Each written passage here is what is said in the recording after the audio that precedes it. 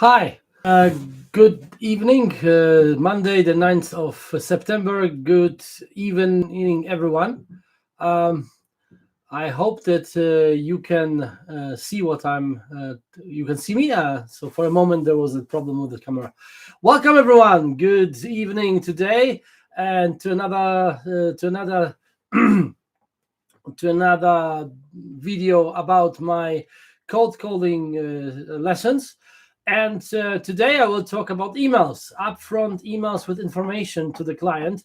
And they are very popular in the company which I'm working for at the moment. The company is requiring us to send like 70% of emails in comparing to 30% of calls. But this might be the wrong strategy, or it might be a controversial strategy, at least when you consider the following thoughts.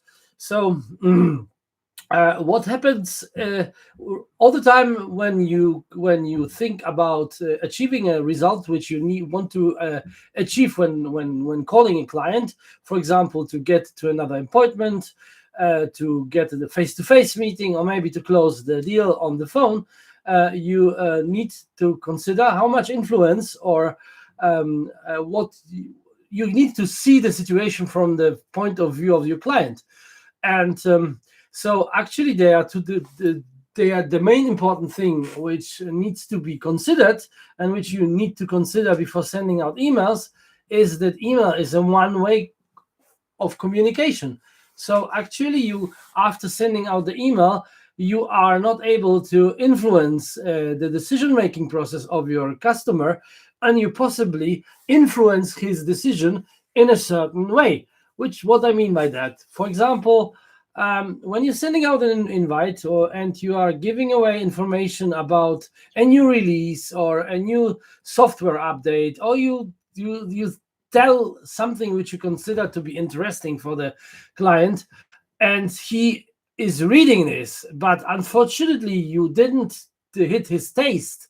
So what will happen? He will have read this information, and he will consider this for not interesting, and or he will just completely ignore it, which happens many times now with emails. When you're sending out emails, people just click away after having read the two first sentences, and he will not remember what you are talking about when you call him on a cold call.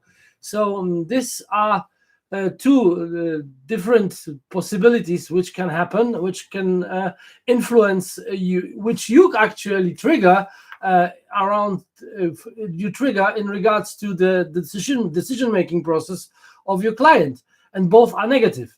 So it means, for example, if you think, but you are wrong, that the topic you are sending out is actually interesting for the client, you and you are wrong, then he will just tell you on the call, yes, thank you very much, I've received this message and it's not interesting for us.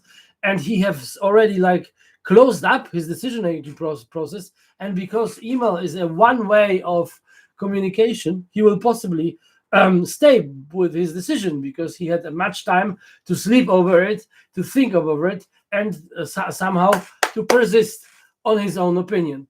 The second scenario is about him about forgetting this. So imagine the situation: you are on the cold call, and you're saying, "Yeah, last week I've sent you this information about the study and blah blah blah," and he said, "Oh," and he then doesn't remember. So when he doesn't remember, what do you think? How much significance he will give to this information? Then he said, "Oh, when I don't remember, that it must have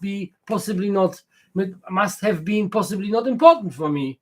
This is the logical way how to assume. So I know it sounds like crazy. It is actually what a client might think when he thinks, "Okay, I don't remember." Yeah, so he might still have the question what it is about. Then you're lucky, and you might come into the conversation. But actually, the fact that he doesn't remember in his own conscious will devaluate the information which you have sent out before when sending out this email. Yeah, so And the third one is a positive one. You're sending out information and the client is receiving it. You have been lucky and he considers this to be interesting. So the only outcome which can be like which I can think can be positive for you, that he will reach out to you, because let's say you're planning to reach out to him the next time in 1 week's time, but he will come back with an email and say, yeah, let's have a chat about this. So then you have been just lucky to get through to a so-called yes client, and he has responded earlier, and it's giving you a good feeling about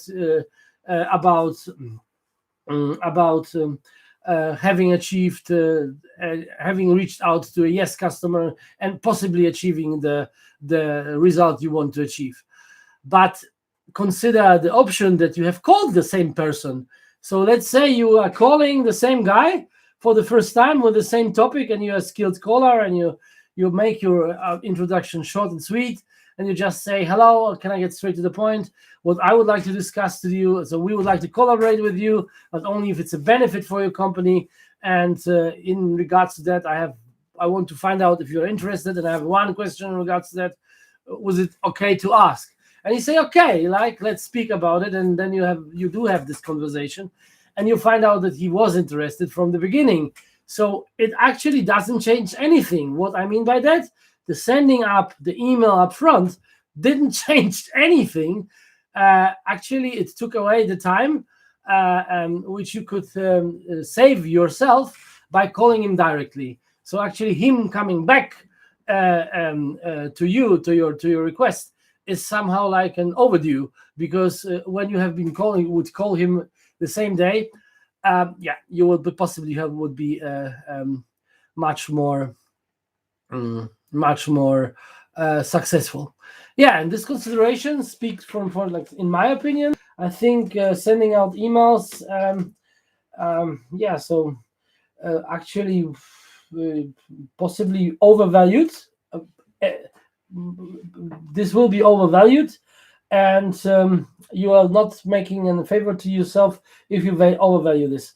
So recently I came across an template of how big companies are creating campaigns, and they are counting up to 18 touches until they achieve like their results, and they are using different channels. This is fine, but I think you can get through much more faster if you just go to the classical way of cold calling, and if you make a sophisticated and really well prepared calling list of clients who you want to achieve when you call them. And then you have this skills of calling, because one important thing is, let's say let's see this situation during the time when you are calling, and he's picking up the phone, and he is reacting the same way like he would receive the email. So let's say he is not interested in this topic. So you still have the possibility on the phone, through objection handling, through a clever and structured that, because you're leading the conversation through structured questions, you're still able to find out what is interesting for him and to turn around this call into a success, which you can't do with the email after sending them out. So emails are like pass and calling is like an open platform. So a pass platform is like predefined, and if you hit in the right direction and you hit the right solution, you will get the right response. The possibility that this happens is much lower, and you have no influence. And in an open platform or an open conversation is when you cold call, when you develop this relationship within the few minutes you have for a cold call, and then you influence the customer, and you really find out, is this a real no client, someone who is not interested, or is this someone who still is interested in a kind of relevant topic, and you can achieve your goal, which is like another appointment, another face-to-face meeting, or maybe even a close on the call. So so this is my opinion on that. I will structure my business development activities around this theory, because I think I will be much successful. with that said, thank you very much for listening. Hit the like button if you liked what I had to say, and yeah, and don't worry, be happy. I don't worry at all. I have a new fan, which is a hater, but like he's saying this, I have so less views, so few views, like 5 views, and maybe I'm going to the toilet to watch the videos by myself. Yeah. This is a young channel. I'm not worried about this at all. I just hope that you find it interesting, and slow by slow, step by step, we somewhere get there. Thank you very much. Have a great day. Goodbye.